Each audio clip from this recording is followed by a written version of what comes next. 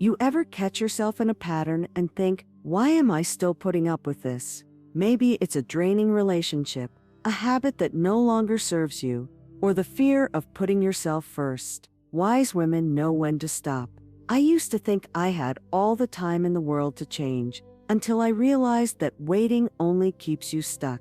The sooner you let go, the freer you feel. So today we're talking about 9 things wise women stop doing before it's too late.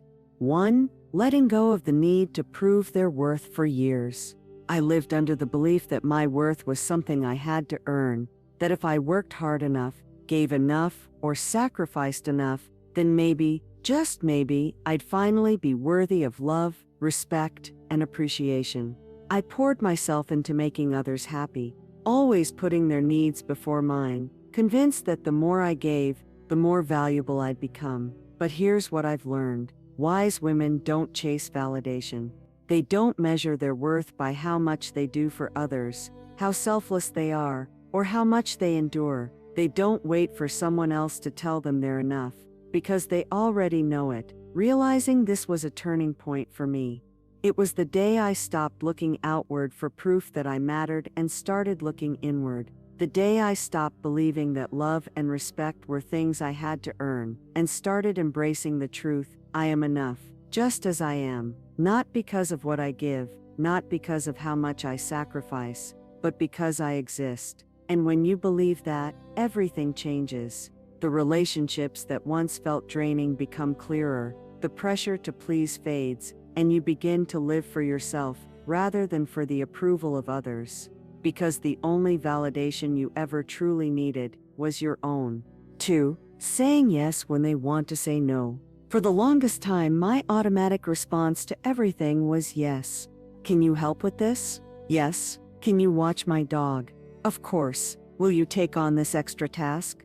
Sure. I didn't even pause to think. I just agreed out of habit, out of guilt, out of fear that saying no would make me seem selfish, unkind, or unhelpful. But the more I said yes to things I didn't want, the more I started to resent them. And the worst part? I was betraying myself. I was putting other people's comfort ahead of my own needs. I was stretching myself too thin, committing to things that drained me, and worst of all, I was teaching people that my time, my energy, and my boundaries were negotiable. Then, one day, I had a realization. Every time I said yes to something I didn't want, I was saying no to myself. No to my peace, no to my priorities, no to the things that truly mattered to me. And why? Because I was afraid of what others might think. Because I didn't want to feel guilty. That was the moment I started practicing the pause. Instead of instantly saying yes, I gave myself a moment. I'd check in with myself.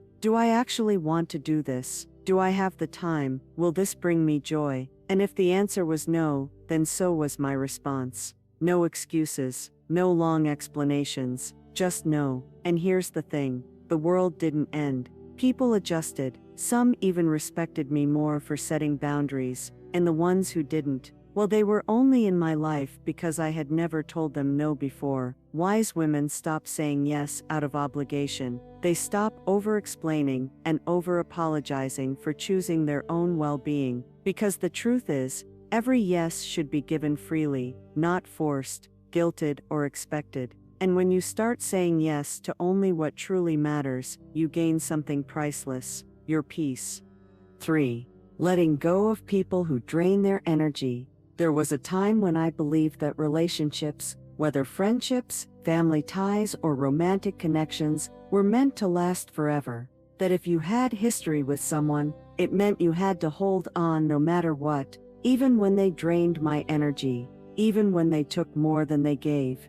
Even when every interaction left me feeling exhausted, unheard, or undervalued, I convinced myself that loyalty meant endurance. That I had to keep making excuses for the people who criticized me more than they supported me, who only showed up when they needed something, and who never once asked, "How are you?"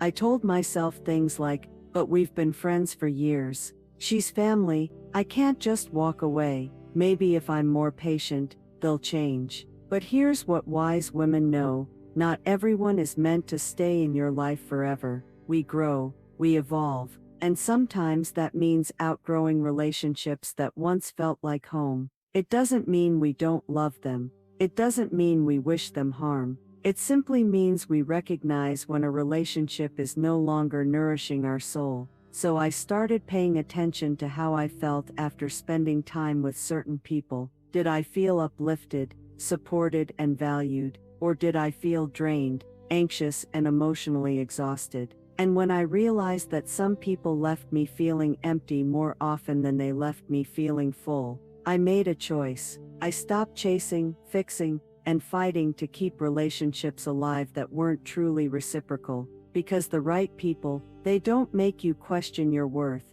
They show up, they pour into you just as much as you pour into them. They make life lighter, not heavier. And the best part, when you stop holding on to the wrong people, you make room for the right ones. 4. Freeing themselves from the weight of past mistakes.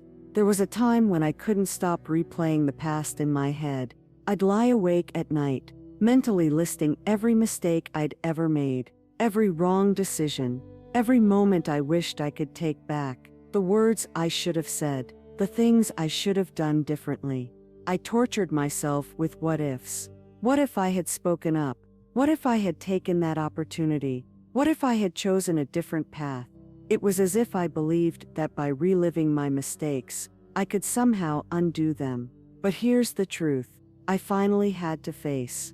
You can't change the past, no matter how much you analyze it, regret it, or punish yourself for it. It's done. And wise women, they stop punishing themselves for mistakes they can't undo. Instead, they forgive themselves. Because every choice, every detour, every so-called wrong turn, it led you here, to wisdom, to growth, to lessons that shape the person you are today. Think about it. How many times have you made a mistake, only to realize later that it led you to something better, that a heartbreak, a job loss, or a missed opportunity actually redirected you to where you were truly meant to be? Life isn't about perfection.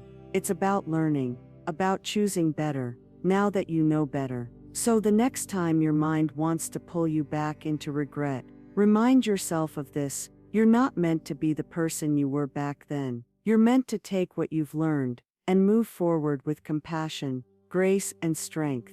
Because the only thing that truly matters, what you do with the present. And when you finally let go of the weight of your past, you create space for something beautiful, your future. 5. Refusing to let fear make their decisions.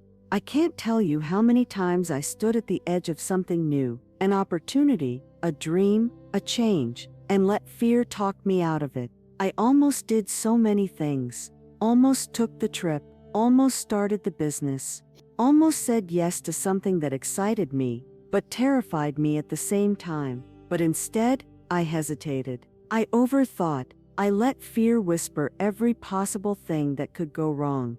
What if you fail? What if people laugh at you? What if you're not good enough? And so I let the moment pass, again and again, until one day I had a realization: fear is a terrible decision maker. It will always tell you to play it safe, to stay small, to avoid risks. But here's the truth: you will never feel 100% ready. If you wait until you're completely prepared, until you have every answer, until the fear magically disappears, you'll be waiting forever. I finally understood something that changed everything.